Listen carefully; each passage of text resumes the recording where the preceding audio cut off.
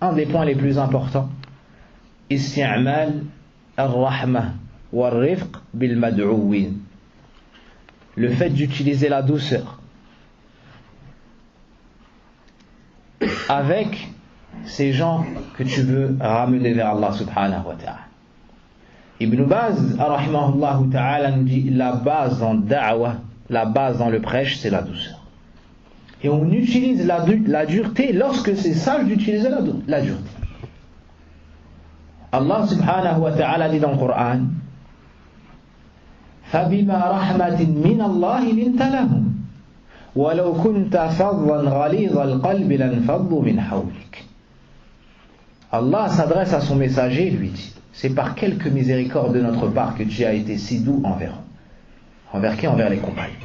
Et si tu avais été dur, si tu avais été rude, au cœur dur, ils se seraient éloignés de toi. Je vous pose une question. À qui on s'adresse dans ce verset? Si tu avais été dur, au cœur rude, à qui nous adressons dans ce verset? Hein? Rasoul sallallahu alayhi wa sallam.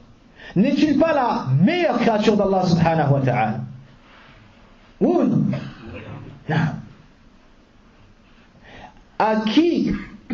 De qui nous parlons lorsque nous disons il se serait éloigné de toi? Les compagnons. Qui avait les cœurs les plus purs après les messagers et les prophètes? Les compagnons.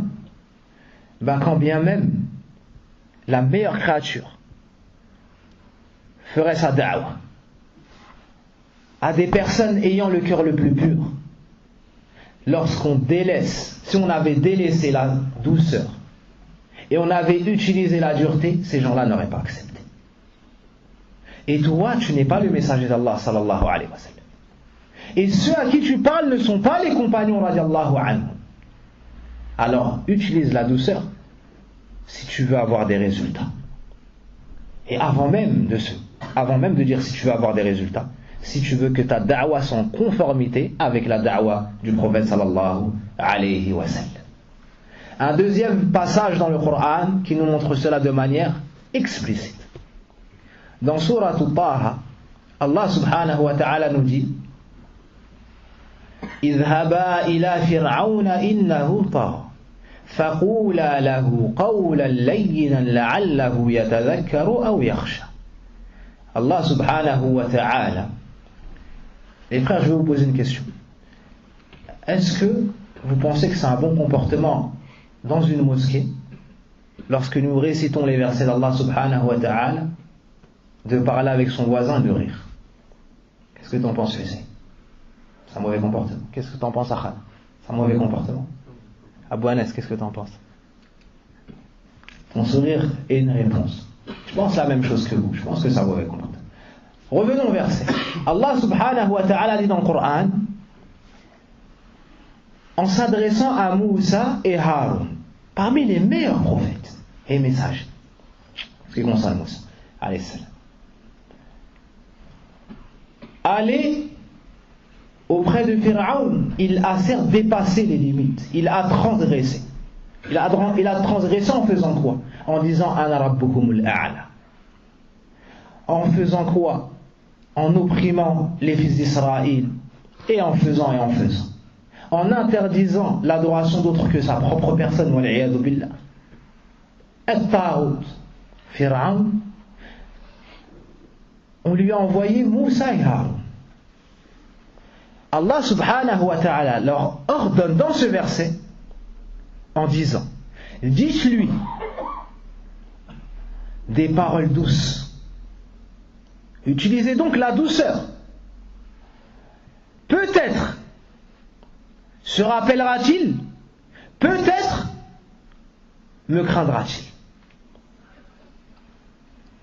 Est-ce qu'Allah subhanahu wa ta'ala n'est pas bi kulli shay'in alim? Allah sait tout. Le passé, le futur, ce qui est, ce qui n'est pas. Si cela avait été, comment cela se serait déroulé. Donc Allah savait que Pharaon n'allait pas croire. Mais pourtant il a ordonné à Moussa et Haroun de l'appeler à revenir vers Allah avec douceur et avec douceur et miséricorde. Pour leur enseigner manhaj ad-da'wa. Et pour que nous, par la suite, qui allons lire le Coran, trouvons ce chemin-là et ce comportement-là à avoir dans le prêche. Et en rapport avec ce verset, une histoire qui s'est passée chez les salafs. Un homme a voulu faire nasiha à un autre. Il lui a dit: je vais te parler, accepte de moi et je vais te parler sèchement et durement. Et on dit que cet homme-là, c'était Haroun Rashid, à qui on s'adressait. Alors il l'a regardé et lui a dit: Ya hada, ô toi qui veux me conseiller, Anta lesta afdal min Moussa, wa ana lestu aqbah min Fir'aun, wa qad amara Allah Moussa bisti'mal al-lin ma'a Fir'aun, fala sam'a lak. Cet homme lui a répondu: ô toi qui veux me conseiller, t'es pas mieux que Moussa, et je ne suis pas pire que Fir'aun. Et pourtant Allah a ordonné à Moussa de parler avec douceur à Fir'aun. Donc dans ce verset il y a un grand enseignement pour nous, de parler aux gens avec douceur, de parler aux gens avec miséricorde. Et la douceur, c'est pas une faiblesse. Allah subhanahu wa ta'ala aime la douceur. Le prophète sallallahu alayhi wa sallam nous dit: الرفق ما كان في شيء إلا زانه وما نزع عن شيء إلا شانه. La douceur n'est pas mise dans une chose sans qu'elle ne l'embellisse. On ne la retire pas d'une chose sans qu'elle ne l'enlaidisse. Donc ça, c'est un comportement à avoir. Et Abu Darda radiallahu anhu, le sahabi al-jalil, marchait, et en chemin il avait un groupe d'hommes réprimander un autre groupe.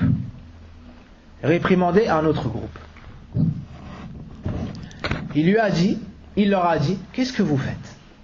Pourquoi il réprimandait cet homme-là? Car il avait commis des péchés. Il lui parlait mal, il lui jetait l'anathème et ainsi de suite. Il est venu et leur a demandé ce qu'il se passait. Ils lui ont expliqué la situation. Il leur a dit: chers frères, voyez-vous, si cet homme à qui vous vous adressez était tombé dans un puits ou dans un trou,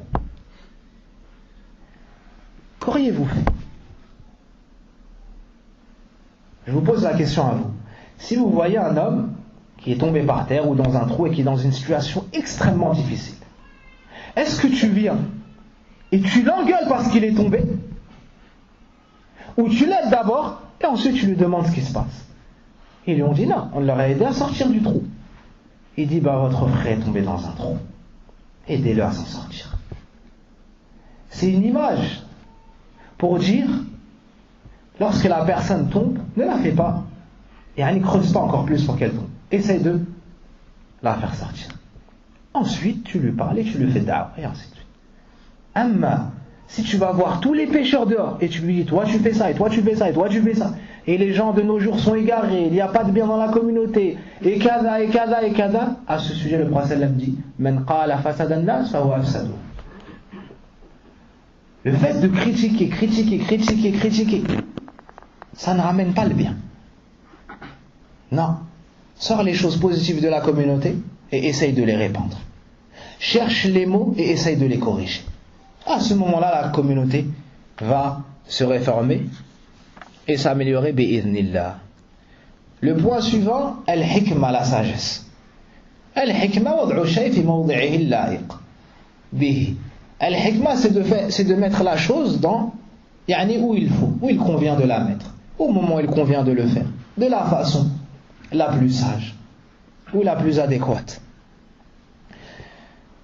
Allah subhanahu wa ta'ala nous enseigne cela et ordonne cela à son prophète sallallahu alayhi wa sallam en disant: Ud'u ila sabili rabbika bil hikmati wal maw'izati al hasana wajadilhum billati hiya ahsan. Allah dit dans le Coran: appelle au chemin de ton Seigneur, s'il y a la sincérité. Appelle au chemin de ton Seigneur. Bil hikmati, avec sagesse. Wal maw'izati al hasana, et la bonne exhortation. وَجَادِلْهُمْ بِالَّتِي هِيَ أَحْسَنُ, et discute avec eux de la meilleure façon. Dans ce verset, il y a la manière de faire da'wa. وَمَعْرِفَةُ حَالِ الْمَدْعُوِينَ, et le fait de connaître l'état de ceux à qui tu fais da'wa. Parmi la sagesse, le fait de savoir à quoi tu dois appeler. Parmi la sagesse, le fait de savoir à qui tu parles. À qui tu parles, afin d'adapter ton discours. Le fait de savoir à quoi tu dois appeler, dans ce verset, il y a la réponse. Ila sabili rabbik, au chemin de ton Seigneur. Qul hadi sabili ad'u ila Allah, t'appelles à Allah. في حديث معاذ في صحيح البخاري أو في الصحيحين نعم لما أرسل رسول الله صلى الله عليه وسلم معاذا إلى اليمن قال له أولا il a choisi qui?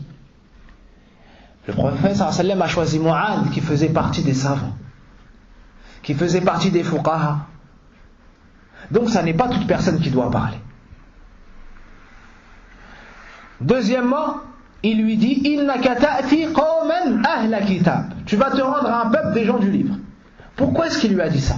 Pour qu'il adapte son discours, pour qu'il se prépare. Ce sont donc des gens qui ont reçu un livre. Les juifs et les chrétiens, ce sont donc des gens qui ont des ambiguïtés, des gens qui ont du ilm, des gens qui ont un livre et qui vont te répondre. Tu devras donc savoir discuter avec eux et les réfuter. Donc, tu dois adapter ton discours selon la personne qui se trouve en face de toi. Tu ne fais pas da'wa à quelqu'un d'adulte comme un jeune, à une personne âgée comme un jeune. Tu ne fais pas da'wa à un jeune comme tu fais da'wa à un enfant. Tu ne fais pas da'wa à tes propres parents comme à des étrangers. Tu ne fais pas da'wa aux femmes de ta famille, à tes enfants, à ceux qui sont sous ta responsabilité comme à ceux qui sont dehors. Tu dois adapter ta da'wa. Dans ce hadith, donc, innaka ta'ti qawman ahla kitab, tu vas te rendre à un peuple des gens du livre. Revenons au verset.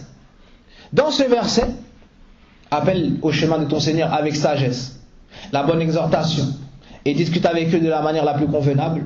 Ici, les savants disent qu'on a divisé les gens à qui nous nous adressons en trois. Ceux qui sont ignorants, qui, s'ils avaient su la vérité, l'auraient suivi.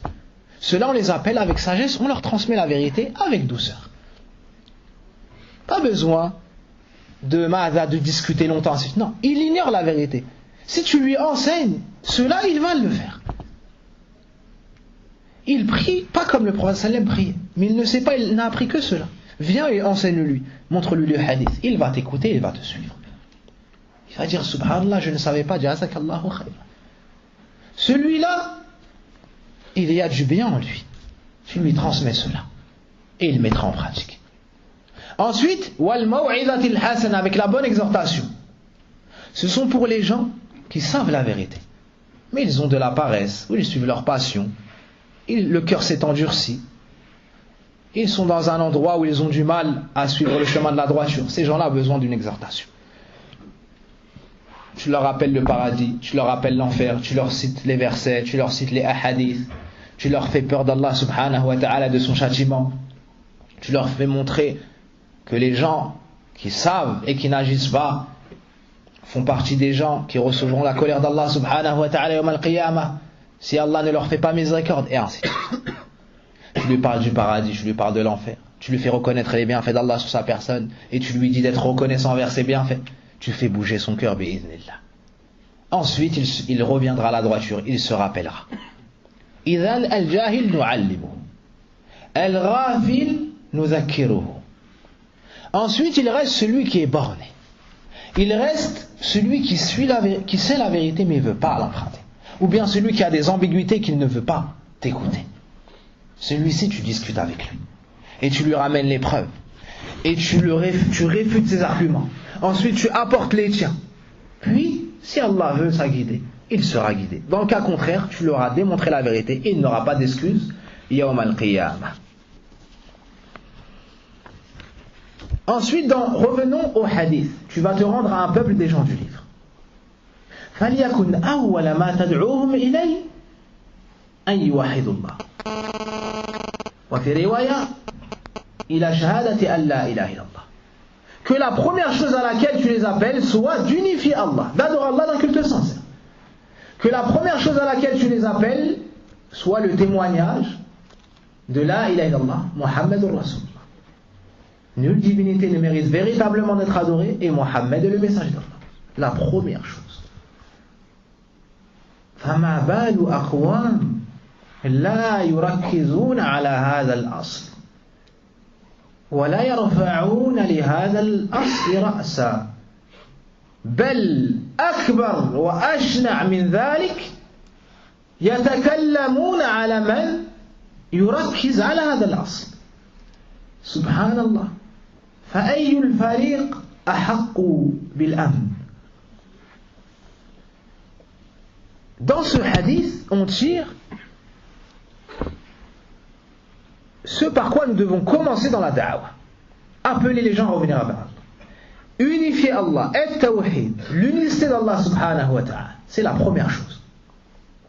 Les non-musulmans, on commence par cela et on ne passe pas à autre chose avant qu'ils aient prononcé Ash-Shahada.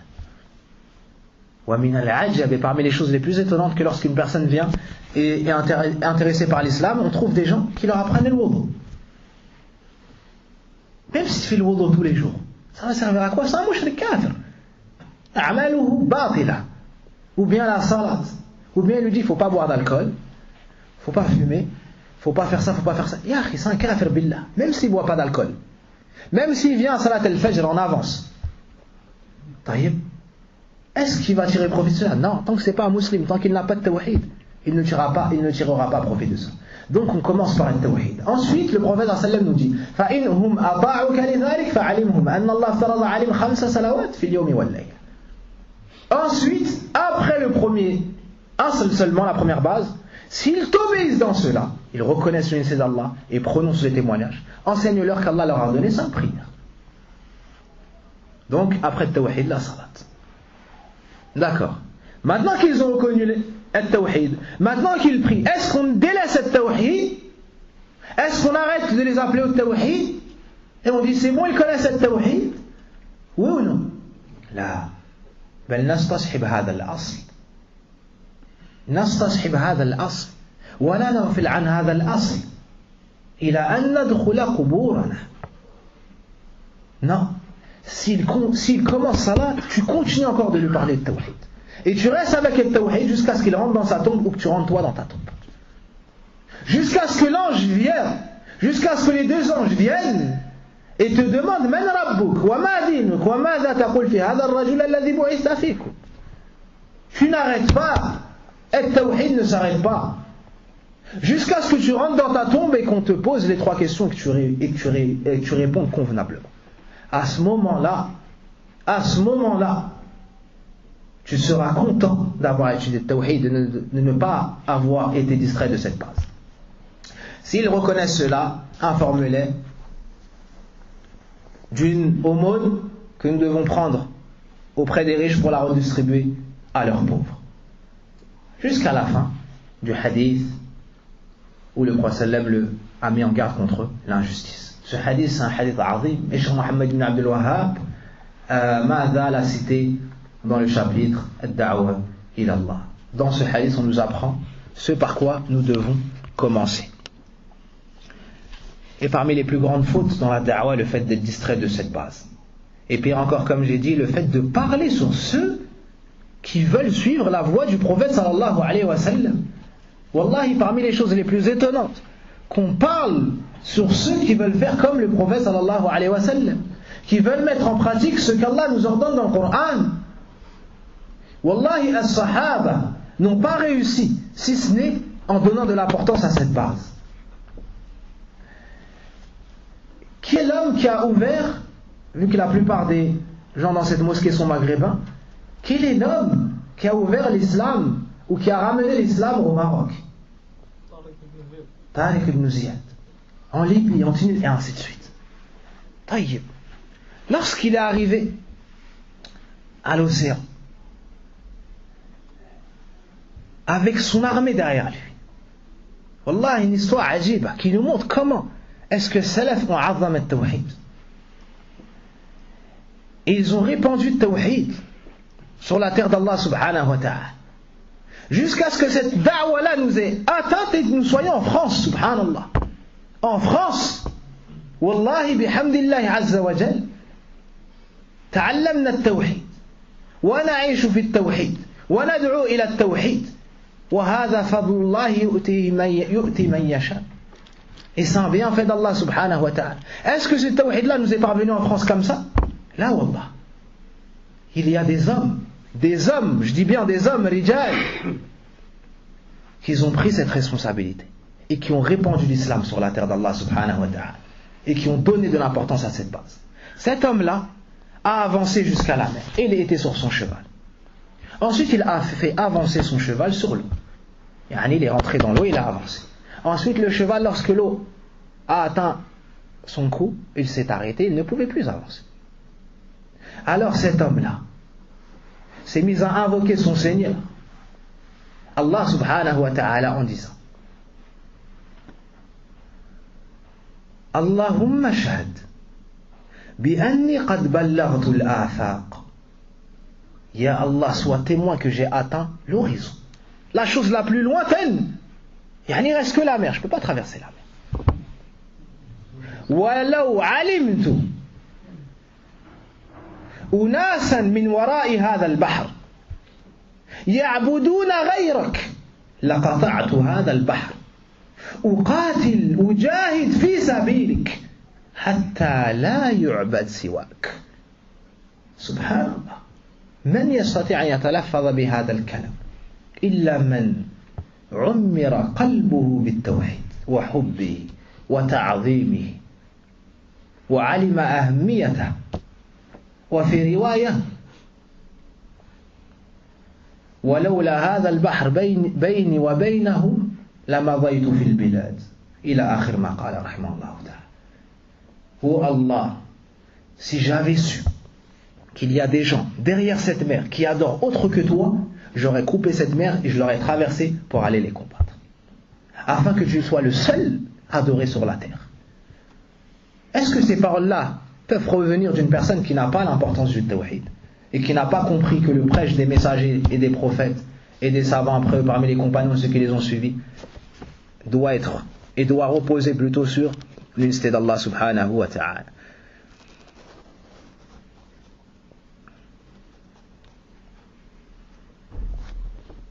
Donc tu dois connaître ce par quoi tu dois commencer. Tu dois commencer du plus important à l'important. Tu dois connaître aussi l'état de ceux à qui tu fais da'wah.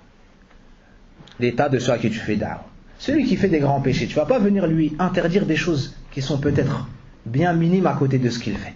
Celui qui est kafir, tu ne vas pas venir l'appeler aux adorations alors qu'il n'est pas encore entré dans l'islam. Et ainsi de suite. Aussi, tu dois adapter ton prêche en fonction de la personne qui se trouve en face de toi. Et on voit beaucoup de jeunes rentrer dans l'islam, bihamdillah azza wa jal, se convertir. Et on voit beaucoup de gens rentrer dans la droiture parmi les musulmans. Et malheureusement, beaucoup, après avoir goûté au goût de la foi, veulent rentrer chez eux et en 1 heure changer ce que le prophète sallam a changé en 23 ans. Il rentre chez lui, il voit des photos, il dit: Ya abi, hada haram, enlève-les. Tu vas pas faire du shirk dans la maison, enlève les photos. Ou il vient avec sa main, il enlève les photos. Ensuite, il voit sa sœur qui ne porte peut-être pas le hijab. Il lui dit des mauvaises paroles et il lui dit: mets le hijab. Ensuite, il va voir son frère qui est peut-être dans tel péché et il lui parle avec dureté et ainsi de suite. Et par sa cause, les gens ne rentreront pas dans la droiture. Là, ya akhi. Toi, à quel âge tu as connu la droiture? Peut-être à 20 ans, peut-être à 30 ans, peut-être que tu as commencé la prière à tel âge et tel âge. Et tu veux venir en 1 heure et changer? Non, c'est pas comme ça. Viens et fais-leur connaître Allah. Qui est Allah? Cite-leur les bienfaits qu'Allah leur a donnés. Ils vont aimer Allah subhanahu wa ta'ala. Lorsqu'ils vont aimer Allah subhanahu wa ta'ala, ils voudront lui obéir. Lorsqu'ils voudront lui obéir et lorsqu'ils vont connaître Allah subhanahu wa ta'ala, ils vont chercher comment se rapprocher de lui. Tu vas leur décrire le paradis d'Allah subhanahu wa ta'ala. Ils voudront y entrer. À ce moment-là, c'est eux qui vont venir te voir pour te demander ce qu'il faut faire. Et tu leur diras à ce moment-là les ordres et les interdits. Fais aimer Allah à ses serviteurs. Et celui qui ouvre le Coran, le premier verset, Alhamdulillahi Rabbil Alamin. Et cela met dans les cœurs l'amour d'Allah subhanahu wa ta'ala. Ensuite, Ar-Rahman Ar-Rahim, cela met l'espoir dans le cœur des serviteurs d'Allah. Ensuite, Malik Yawmiddin, Malik Yawmiddin, cela met la crainte dans le cœur des serviteurs d'Allah. À ce moment-là seulement, ils sont prêts pour adorer Allah Azza wa Jal. Iyyaka na'budu wa iyyaka nasta'in. Donc cela, dans le Fatiha, il y a manhaj ad-da'wa ila Allah subhanahu wa ta'ala. Parmi les points les plus importants, as-sabr, la patience. Ad-da'wa, tu rentres dans le chemin des prophètes et des messagers. Tu portes un message qui est lourd. Et les gens en face de toi ne vont pas tous accepter. Certains vont parler sur toi. Certains vont mentir sur toi. Certains vont te critiquer. Certains vont te dénigrer. Est-ce que tu vas délaisser la da'wa pour autant? Ou bien est-ce que tu vas te corriger sur les fautes qui sont réelles et continuer ta da'wa? Ou bien tu vas dire il parle sur moi, et moi je vais leur faire le bien, ben pour la peine je leur transmets pas la science. Non. Celui qui n'a pas de patience va abandonner la da'wa. Le prophète sallallahu alayhi wa sallam a été insulté, a été agressé. Des dents de ses dents lui ont été cassées. Des dents du prophète sallallahu alayhi wa sallam. Son noble sang a été versé. Et pourtant lorsqu'on est venu le voir pour anéantir son peuple, il a dit non. Allahumma ghfir li qawmi fa innahum la ya'lamun. Ya Allah, pardonne à mon peuple. Ce sont un peuple ignorant, ils sont ignorants. Et lorsqu'il est parti à Taïf, lorsque l'ange des montagnes est venu avec Jibril pour anéantir son peuple, il a dit non, mais j'espère qu'Allah fera sortir de ces gens-là des gens qui adoreront Allah d'un culte sincère sans rien lui associer. Et regarde, subhanallah, au jour d'aujourd'hui, en état à Taïf, qu'est-ce qu'il y a? La réunion des plus grands savants. Quel est le fruit de cela? Quel est le fruit de cela? As-sabr ala adiyat at-tariq. Là, aydan adam al-ya'as. Tu ne dois jamais désespérer de la guider des gens. Le prophète sallallahu alayhi wa sallam faisait da'wa aux gens jusqu'à leur lit de mort. Wallahi, jusqu'à leur lit de mort. Et on trouve certaines personnes qui font da'wa 1 heure et disaient yani, c'est fini pour lui, yani, je vais parler, il n'accepte pas. Là, patience, continue. Et parmi les façons de désespérer, une façon qui peut être cachée à une partie de la communauté, mais qui n'est pas cachée aux gens de science et ceux qui ont pris des gens de science, c'est le fait d'innover dans la da'wa. Parmi les caractéristiques de ceux qui désespèrent de la da'wa, le fait d'innover dans la da'wa. Ils voient que les gens n'ont pas accepté leur da'wa. Alors ils se disent, je vais rajouter, je vais changer. Nuh alayhi salam a fait da'wa 950 ans sans changer la da'wa qu'Allah lui a ordonnée. Le prophète sallallahu alayhi wa sallam a fait da'wa à son peuple pendant 10 ans à Mecca. Pendant 13 ans à Mecca, lorsqu'ils n'ont pas accepté, il a fait la hijra. Après l'ordre d'Allah Azza wa Jalla, il n'a pas changé sa da'wa, il est resté sur le tawhid, sur la sunna. Et il n'a pas changé la da'wa. Donc celui qui innove dans la da'wa, comme ramener des pièces de théâtre, comme Mada inviter des gens connus, quand bien même ils feraient partie des gens de l'innovation. Taïb. Comme changer le langage et parler de manière vulgaire en disant moi je m'adapte à mon public. Ya akhi, si ton public, si parmi ton public il y a des gens qui font du shirk billah, tu vas aller faire du shirk billah pour leur faire da'wa. Hakada? Là, la fin ne justifie pas les moyens. Kuffar Quraysh ont pris des intermédiaires entre eux et Allah afin qu'ils les rapprochent davantage d'Allah. Pourtant Allah subhanahu wa ta'ala les a rendus mécréants. Ibn Taymiyyah rahimahullah ta'ala dit même c'est la plus grande mécréance par laquelle Allah les a rendus mécréants. Donc reste sur la sunna du prophète sallam et sur le chemin qui a été tracé dans le Coran. Et de cela tu tires que tu as énormément besoin du Coran et de la sunna. Si tu veux que ton prêche soit en conformité avec le prêche du prophète sallam, il te faut tes provisions, et parmi les meilleures provisions, le fait de lire beaucoup le Coran et d'étudier la sunna du prophète sallallahu alayhi wa sallam. Le prophète sallam, lorsqu'il a fait da'wa aux jeunes juifs qui travaillaient pour lui, il lui a fait da'wa jusqu'à son lit de mort. Il lui a dit, alors qu'il était sur son lit de mort, dit la ilaha illallah. Ce jeune homme a regardé son père. Son père lui a dit, obéis à Abul Qasim. Il a dit, ashhadu an la ilaha illallah wa anna Muhammadan rasulullah. Le prophète sallam est sorti et s'est réjoui de cela en disant alhamdulillah alladhi najjahu minan nar alladhi anqadahu bi minan nar. Loué soit celui qui l'a sauvé par ma cause du feu de l'enfer. Le prophète sallam a fait da'wa Abu Talib jusqu'à son lit de mort. Donc nous ne devons pas désespérer d'être la cause de la guidée des gens qui sont à l'extérieur. Il y a beaucoup à dire dans ce sujet et on ne pourra pas tout développer, je vais conclure par un point très important qui nous concerne, nous, plus particulièrement les habitants de France. Il nous faut savoir comment appeler les non-musulmans. Souvent nous parlons de la da'wah, mais nous ne parlons pas des non-musulmans. Nous avons tous des voisins. Qui leur a déjà parlé de l'islam? Qui a déjà parlé à ses voisins de l'islam? Nous avons tous des anciennes connaissances qui étaient proches de nous à l'école. Qui leur a parlé de l'islam?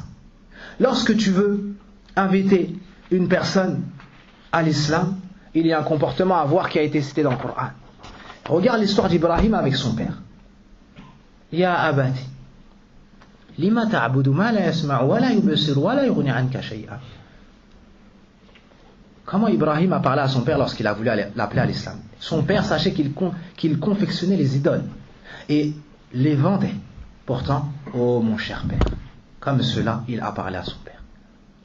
Donc, lorsque tu fais da'wah, musulman ou un autre, tu lui parles en l'appelant, et j'ai oublié de citer ce point-là, alhamdulillah, tu l'appelles par des beaux noms. Si c'est ton fils, ya Bunay. Si c'est son père, ya Abati. Le prophète dit à son épouse, ya Aish. Le diminutif de Aisha. Ya Ghulam. Aussi, tu peux le prendre par la main ou le tenir par l'épaule, comme le prophète a fait avec Ibn Omar. Ou tu attends le meilleur moment, comme quand il était avec Ibn Abbas sur la monture.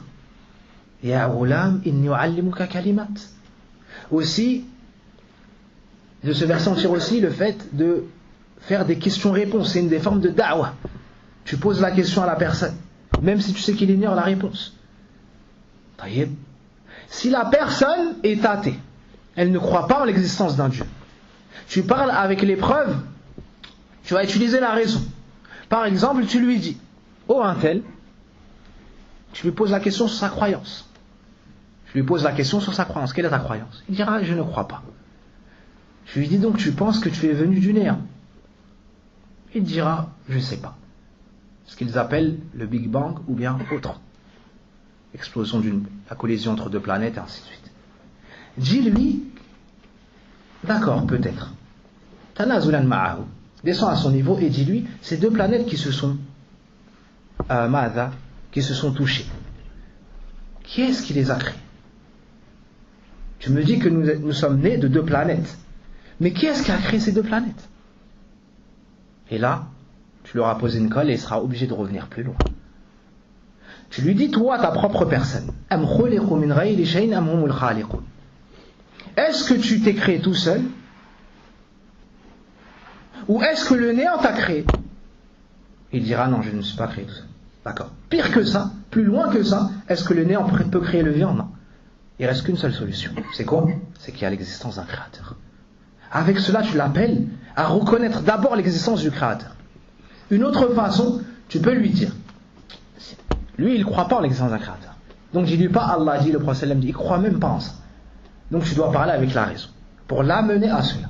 Demande-lui une maison, un palais, orné de perles précieuses, avec un jardin dehors, où la pelouse est tondue, et ainsi de suite.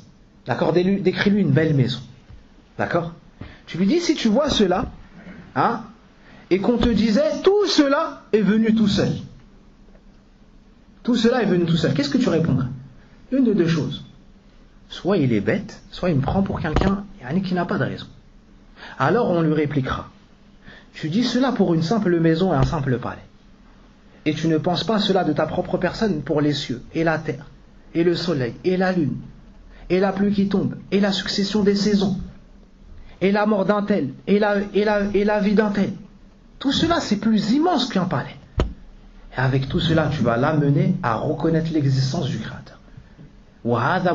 Et cela, on l'a fait. Et bi'idhnillah, on a vu que c'est un chemin qui porte beaucoup ses fruits. C'est un chemin qui porte beaucoup ses fruits. Et pas plus tard que, si je ne me trompe pas, la semaine dernière, ou un peu plus, un homme que j'ai eu au téléphone, je lui ai demandé, est-ce que tu es musulman? Il m'a dit non. Il m'appelait, c'était l'intermédiaire entre lui et sa sœur qui avait une question. Avant de raccrocher, je lui ai posé la question car j'ai vu qu'il n'avait pas répondu à mon salam. Est-ce que tu es musulman? Il m'a dit non. Je lui ai dit, tu crois en quoi? Il m'a dit rien. J'ai Je dis, subhanallah. Je lui dis, d'où tu viens? Et j'ai commencé à lui poser des questions. Et en lui disant ce que je vous ai dit, il m'a dit, ah, vu de cet angle-là, non. Il a reconnu en quelques minutes l'existence du Créateur. Puis il s'est posé plein de questions. Donc ça, c'est la première étape, c'est pour l'athée. Celui qui reconnaît l'existence du Créateur, tu vas utiliser ce qu'il a reconnu pour lui faire reconnaître ce qu'il a rejeté. Kuffar Quraysh ont reconnu l'existence du Créateur. Ça, ils n'ont jamais renié qu'Allah subhanahu wa ta'ala était le seul créateur, le seul pourvoyeur, le seul propriétaire. Si je leur demande qui est-ce qui a créé les cieux et la terre, ils répondront c'est Allah. Dans le Coran, on voit qu'Allah a utilisé ce qu'ils ont reconnu pour les réprimander devant ce qu'ils ont réfuté et leur faire reconnaître ce qu'ils ont renié. يا أيها الناس اعبدوا ربكم الذي خلقكم والذين من قبلكم لعلكم تتقون الذي جعلكم الأرض فراشا والسماء بناء وأنزل من السماء ماء فأخرج به من الثمرات رزقا لكم فلا تجعلوا لله أندادا وأنتم تعلمون. Donc Allah nous ordonne à l'ensemble des gens. Et il n'a pas dit Ya ayyuha alladhina amanu, parce qu'il s'adresse à l'ensemble de ceux qui ont reconnu sa seigneurie. Ô vous les gens, adorez votre Seigneur. Qui est votre Seigneur? Celui qui vous a créé. Et ensuite Allah a cité beaucoup de choses qu'il a fait. Donc fais-lui reconnaître cela. Lorsqu'il va dire de sa langue, c'est Allah qui a créé les cieux et la terre. C'est qui a créé le soleil, c'est Allah. Ce qui t'a donné ça, c'est Allah, c'est Allah. Dis-lui pourquoi alors tu adores autre qu'Allah. Fais-lui reconnaître les bienfaits d'Allah. Puis appelle-le à être reconnaissant. Et enseigne-lui ce qu'est être un serviteur reconnaissant. وَلَا يَرْضَى لِعِبَادِهِ الْكُفْرِ وَلَا إِنْ شَكَرْتُ وَلَا يَرْضَى لِعِبَادِهِ الْكُفْرِ وَإِنْ تَشْكُرُوا يَرْضَهُ لَكُمْ. Et il n'agrée pas, barakallahu fi, et il n'agrée pas pour ses serviteurs la mécréance. Et si vous êtes reconnaissant, il vous agréera. Ibn Baz rahimahullah ta'ala nous dit, et la tête de la reconnaissance c'est tawhidullah. C'est le fait d'adorer Allah d'un culte sincère. C'est lui les bienfaits d'Allah. Dis-lui qui est-ce qui t'a donné tes yeux, la vue, lui. Ta famille que t'aimes, t'es pas tout seul, t'as tes parents. C'est qui t'aime le plus au monde? Il te dira c'est un tel. Dis-lui qui est-ce qui a créé un tel, qu'est-ce qui t'a donné un tel? S'il te dit c'est mon épouse, dis-lui qu'est-ce qui a créé ton épouse, qu'est-ce qui a donné tes enfants, qu'est-ce qui te les a donnés? Le mariage ne donne pas des enfants. Un tel est marié depuis 10 ans, il n'a pas d'enfant. Toi Allah t'a facilité un enfant. Qu'est-ce qui t'a donné cela? C'est Allah. Le soleil, qu'est-ce qu'il a créé? C'est Allah Azza wa Jalla. La terre sur laquelle tu marches qui a été aplanie, qu'est-ce qu'il a créé qui te l'a aplani? Sur la terre sur laquelle tu as pu construire ta maison, qu'est-ce qu'il a créé? C'est Allah subhanahu wa ta'ala. Ensuite, dis-lui, tu dois donc l'adorer d'un culte sincère. Et appelle-le à reconnaître l'unicité d'Allah dans l'adoration. Aussi, parmi les façons de lui faire reconnaître cela, décris-lui Allah et sa perfection. Tawhidullah bi asma'i wa sifati. Montre-lui la perfection d'Allah subhanahu wa ta'ala. Montre-lui aussi les défauts de ceux que lui adore, qu'ils ne méritent pas l'adoration, car ce sont des créatures qui sont nées, qui vont mourir, qui sont ressuscitées. Ce sont des créatures qui mangent, donc qui rentrent aux toilettes. Akramakumullah. Et avec cela, tu vas lui montrer qu'il ne mérite pas l'adoration. Lorsque tu auras fait cela, tu lui montres la perfection d'Allah subhanahu wa ta'ala et que c'est le seul à mériter entièrement toute l'adoration. Parmi les façons de faire da'wa, at-targhib wa at-tarhib. Comment on va traduire ça? Yani, le fait d'encourager les gens en citant les récompenses qu'ils peuvent obtenir en obéissant à Allah, et le fait de leur faire peur et leur montrer le châtiment qu'ils peuvent recevoir s'ils désobéissent à Allah subhanahu wa ta'ala. Tu leur parles donc du paradis, tu les invites à entrer au paradis. Et vu qu'il m'a été demandé de citer l'exemple, il y a plein d'exemples. Mais un exemple particulier qui me tient à cœur, c'est la conversion de la mère de mon épouse. La conversion de ma belle-mère. Je lui ai parlé, et en lui décrivant le paradis, je lui ai dit, est-ce que tu ne veux pas rentrer dans cette demeure et vivre éternellement dans cette demeure? Tu es fatigué de ce bas monde-là. Tu as tel problème, et tel problème, et tel problème. Allah t'invite à une demeure qui est comme ça. Savez-vous comment est le paradis? Elle a dit non. Et je lui ai décrit le paradis par les versets, les hadiths. Ensuite, je lui ai demandé la personne qu'elle aimait le plus. Elle a répondu sa fille. Je lui ai dit que sa fille était musulmane. Et si elle voulait la voir éternellement, il lui faut rentrer dans l'islam. Sinon, elle ira en enfer éternel. Et je continue à lui parler de l'islam. Et Allah subhanahu wa ta'ala l'a guidée jusqu'à ce qu'elle a prononcé Shahad. Bihamdillahi Azza wa Jal. Et les exemples sont nombreux. Les exemples sont nombreux. Et la mosquée d'un de nos frères a un nombre de conversions immense, bihamdillahi Azza wa Jal. En un mois, 29 personnes. Et en 3 mois, combien? 115 personnes. À Maison Alfort, 115 conversions en 3 mois. Et pas plus tard que vendredi, dans ma mosquée, est venu se convertir un homme de 73 ans.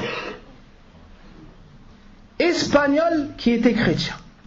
Comment il s'appelle déjà? J'ai oublié son nom. Luis comment? Luis Sanchez Mota. Bihamdillahi Azza wa Jal. Il est rentré à la mosquée, il a regardé la salat. Il a dit que ça lui plaisait. Et que cette religion-là l'intéresse. Expliquer. Il a dit c'est ce que je veux, c'est ce que je recherche. Il est venu, il a fait shahad. La semaine dernière, Gilbert, 78 ans. 78 ans. Un frère de Nanterre, Jazallahu khayran, par la cause de son épouse, nous ont appelés pour parler à cet homme-là. On a discuté avec lui. Et une question qui l'a perturbé: pourquoi est-ce que tu as été créé? Il a dit: c'est ce que je me pose depuis longtemps comme question. Je lui ai dit: la réponse elle est dans le Coran. Wa ma khalaqtul jinna wal insa illa liya'budun. Et ensuite on a discuté avec lui 30 minutes. 30 minutes. Et à la fin il a fait shahada. Bihamdillahi Azza wa Jal. Et les exemples sont nombreux. Une juive également est venue se convertir, une dame. Et les exemples sont nombreux. Dans notre ville, il y a un homme qui a une fonction dans le pays qui n'est pas très aimé. Et il déteste l'islam, et c'est connu de tous. Sa fille est venue se convertir à l'islam. Donc ne pense pas que les ennemis de l'islam peuvent obstruer le chemin. Là, la guidée elle vient d'Allah subhanahu wa ta'ala. Ceux qui ont essayé de tuer le prophète sallallahu alayhi wa sallam, ce sont ceux qui ont cassé les idoles de leurs propres mains. 13 ans plus tard. Donc si on suit le chemin qu'Allah subhanahu wa ta'ala nous a enseigné dans le Coran, et sans oublier de citer husnul khuluq ou husnul mu'amalat, le bon comportement, c'est une des plus grandes causes par lesquelles les gens rentrent dans l'islam. Parce qu'ils n'ont pas forcément l'occasion de te parler, mais ils voient ton comportement, ils voient tes actes, as-sidq, la véracité, al-wafa, t'es digne de confiance, de dépôt, et ainsi de suite. Voici ce qui m'a été permis de vous transmettre. J'ai été long, et j'ai pas eu la sagesse peut-être des grands savants dans le fait de dire beaucoup en peu de temps.